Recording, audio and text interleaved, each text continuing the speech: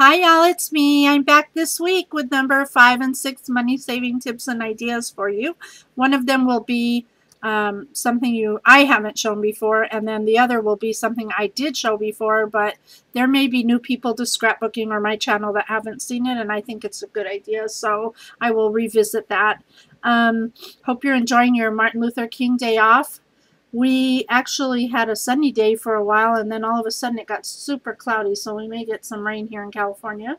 But anyway, let me get on with my tip for you. Tip number 5, and if the numbers are wrong, I'll correct them in the title. So anyway, in our mini books or on our pages, I don't know about a lot of you, but I love things that flip open and have, they have hidden journaling and that kind of thing.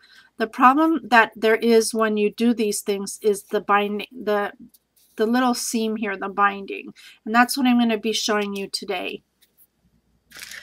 If you're using cardstock or paper and you fold it over time from opening and closing, you eventually get this, especially with white cord. Oh, let me back up. White cord cardstock. Let me open that up a little. See that white line there? That's what happens over time from the constant motion. And after a while, that'll get weak and it'll tear. And then your flap there will be dangling out of your book and you'll have to tape it and fix it and whatever.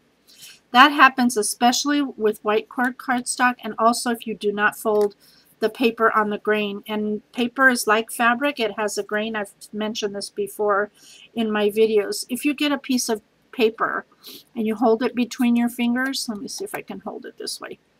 Okay, and then you press it lightly. I am pressing this pretty not lightly, and it's not budging. That means it's against the grain of the paper. So if I were to fold it like this, chances are it would already crack to begin with without time taking its toll on it. If you turn the paper the other way and you do the same thing with your finger, you can see how flexible it is. That means I'm going with the grain of the paper, and that means that if I were to fold it, it won't start out that way, but it'll eventually get that way. So Kathy Orta on YouTube, she uses Tyvek to alleviate that problem, and basically what she does is she'll put cardstock, Tyvek, and then cardstock, sandwich it in the middle, and then fold it so that you don't see the Tyvek. Now the Tyvek, if for those of you who don't know what it is, these envelopes, and this was a used envelope that I have from the Postal Service, these are like non-destructible. They don't tear. I mean, they just don't tear. This material is called Tyvek, and it's really sturdy, and you can buy it in your like Staples, Office Depot, and all of that, but it's a little pricey. And I don't know, I like the idea for some things, but not for all things. So it's a good idea if you want to use that. So you basically would get a strip and glue it down on both, pieces wherever you're going to use it, like here in the middle, and then you'd cover it over, and then when you fold it, that stuff eventually would keep it from tearing. However, the paper still could crack because the Tyvek's on the inside. So to combat that issue, I've been doing this for a really long time. I make my hinges out of ribbon. I love the look of it, and I like the way that it lasts over time, and you need to use something soft like a satin ribbon. This is satin. You want something that's soft because you don't want it, if you use a stiff ribbon, it's not going to fold over nicely. So basically, for sake of camera, I'm going to show you how I do this, and with glue gun. The first thing I do is with your ribbon, I know a lot of people like to set fire to it and melt the ends a little. I just prefer to run a bead of glue along the edge there and let it dry. I do this on both ends to prevent the ribbon from fraying. Whoops, sorry. And so that's one thing. The next thing you're going to do is, let's say this is going to be the little mechanism I'm going to make for my page or whatever. I usually like to use Fabri-Tac. If I'm not in a rush, Fabri-Tac's really good. It's like a cold glue gun. if you will. And it dries relatively quickly as well, and it's perfect for this project because it doesn't leave lumps like glue gun does. So with the glue gun, you're basically going to take it and you're going to run a bead of this. Now I'm kind of smashing down the glue because I don't want it to be really lumpy. You're going to run that along the edge of your chipboard, and then you're going to take your ribbon and you're going to lay half of it on that glue. Try to center it right. If I did, probably my glue's going to dry. I don't like glue gun for this. So let's see if it's stuck. It didn't stick. Ugh, sorry. Maybe put some more glue. That's why I don't like to use glue gun for this. It's not dry. It dries bumpy and lumpy, and I don't care for it. Anyhow, there we go. So as you can see, it's kind of lumpy. It won't do that with the Fabri-Tac. So anyway, now what I've done is I've glued it on halfway. Doesn't really need to be perfectly straight. I mean, it's gonna get covered up with paper anyway. And then you're gonna repeat that with your next piece of chipboard. Let's hope I can get enough glue on this time. And then you're gonna take the other piece and you're gonna set it right there next to this one. And you wanna leave a little tiny gap, maybe like 1/8 of an inch, 1/4 of an inch. It depends how bulky you think that this will be when you're done with it. Just go ahead and press that down. So now you've got it sandwiched like this. And the next thing you would do is you're going to simply take your pattern paper now, and you're going to lay that on top of the ribbon. Hold on, I'm having technical difficulties, which always happens when you're trying to film something. So anyway, I like to do it on the side of the ribbon. So you just get your corners lined up and put your paper down there. And then you're going to repeat that on the other side. This is not by any means done as neat as I would do it if I were actually making something with this. This is just for camera's sake. Anyway, line up your next side. And what's really nice about using the satin ribbon is that it matches your project always. It looks really nice, and it gives it a really pretty, elegant finish. So there you go. That's how it ends up looking. And of course it would be glued down better. Like I said, I'm rushing. But that's your hinge. And what's really nice is the weight of the chipboard or the paper allows it just to close. It doesn't pop open. And for me, I love it. It's really strong. That hinge is going to last for years to come. I never have to worry about it tearing. You could do this with your book binding. You know, if you're making mini books and you want to do your pages, that's another way to do it as well. So that was tip number 1. And again, like with this one that I showed you earlier, if you're going to use your die cuts like this was this one here. So make sure it just has a straight edge on it so that you can do the ribbon trick. And if you're using something like this one where there isn't a straight edge, you can always cut that little piece off and just use your ribbon on this edge here to get that shape. So anyway, just some ideas for you. So that was tip number 1. Hope that helps some of you. The hinges are strong. That's all I know. They last a really long time. Okay, the next idea, let me move some of this stuff out of my way.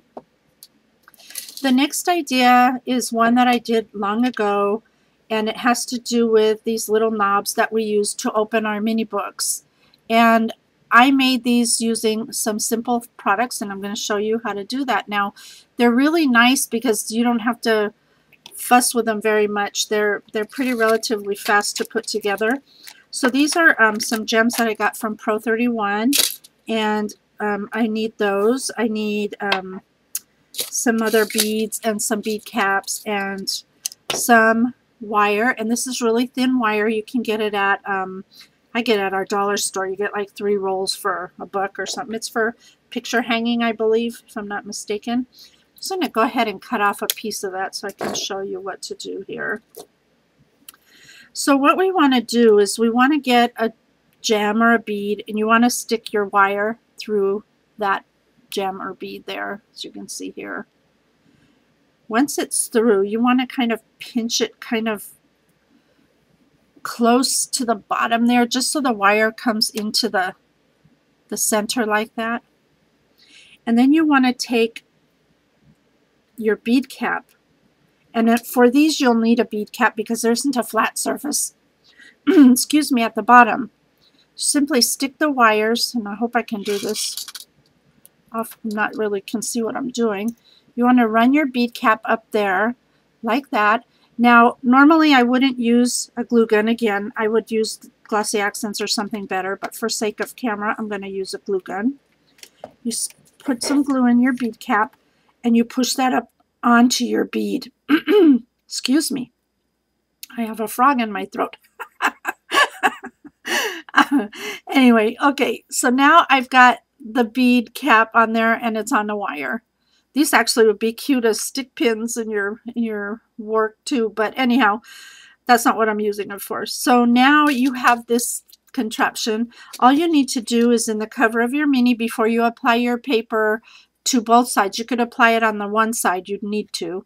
You simply punch a hole, run the wires through the chipboard, and then on the back side, you want to separate those wires out like this. Just pull them as tight as you can, making sure to leave, oops, I'm sorry, I'm off camera, making sure to leave, make that your knob is straight. And then on the back side right here, you just want to, I'm going to use the glue gun for this, which I would use anyway. Just put a dab of glue there. I wait a second for it to get kind of cooled off a little. And once I think it's cooled enough that I can touch it without burning myself, I just kind of smush it down. It's kind of just to flatten it out, because again, you don't want to have a big lump on the back so that when you cover the paper over it, you don't see it. And then basically you're just going to trim off these edges, these ends here, so that you don't see them, because they don't look so nice sticking out. And basically that's how it goes on the back. I know it doesn't look neat like this, but once it's under paper, you don't see it. And there you have a pretty little jeweled knob for your mini books. And of course you can use various sizes. You know, any kind of gems can work for this, as long as you think through the process of what you're doing. Now, then you can even use beads like this one here.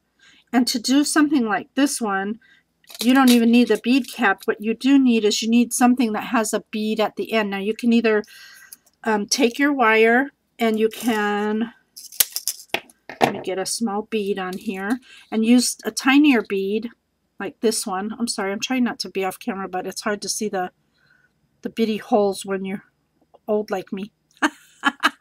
Anyway, and the same thing, you're going to make sure that wire goes way down close to the bead as you can get it.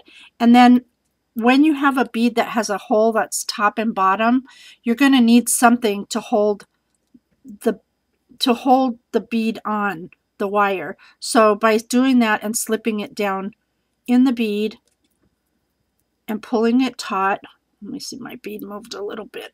Okay. And pulling it taut like this, and you have to work at it a little, you'll have it like this. So that can become then like a little one like I did there. See that? So any kind of bead that you have would work. You can also use a stick pin by using the same formula. You can just put your bead on. Now I would be gluing all of these down with glossy accents just to make them snug. You could put a bead cap if you want, not necessary. It just looks a little bit more elegant if you do. And then for the pin, you would do the same thing. You'd push it through the hole in your chipboard and then bend the wire on the back of the book so that it's the needle here. Just lay it down flat, glue it down, and clip off the end with wire cutters. That's how you would manage to do that, and you'd get another kind of look. So I mean, experiment with what you have. If you need these, you can get them from Pro 31, but experience what you have, because you might find that you'll have things that would work already in your stash. Also, the other thing is these are these hair tie rubber band doohickeys. You can use these as well for your projects. If you have a mini book that's very thick and you need to hold it together, on your back cover, before you cover it with paper, simply staple one of these down into place. You can hot glue it or whatever you want to do. I staple them just to keep it strong. Then with the paper on top, it's even stronger. And then when you have a thick book like this, you simply can pull this and loop it over your knob that way, and that'll create a closure for you. Just saves you from having to figure out how to close it. Plus this expands, so if the album gets fatter, it can allow for that too. So anyhow, there were my tips. I think it's 5 and 6. As I said, I hope you enjoyed them, and I'll see you next time. Have a good day.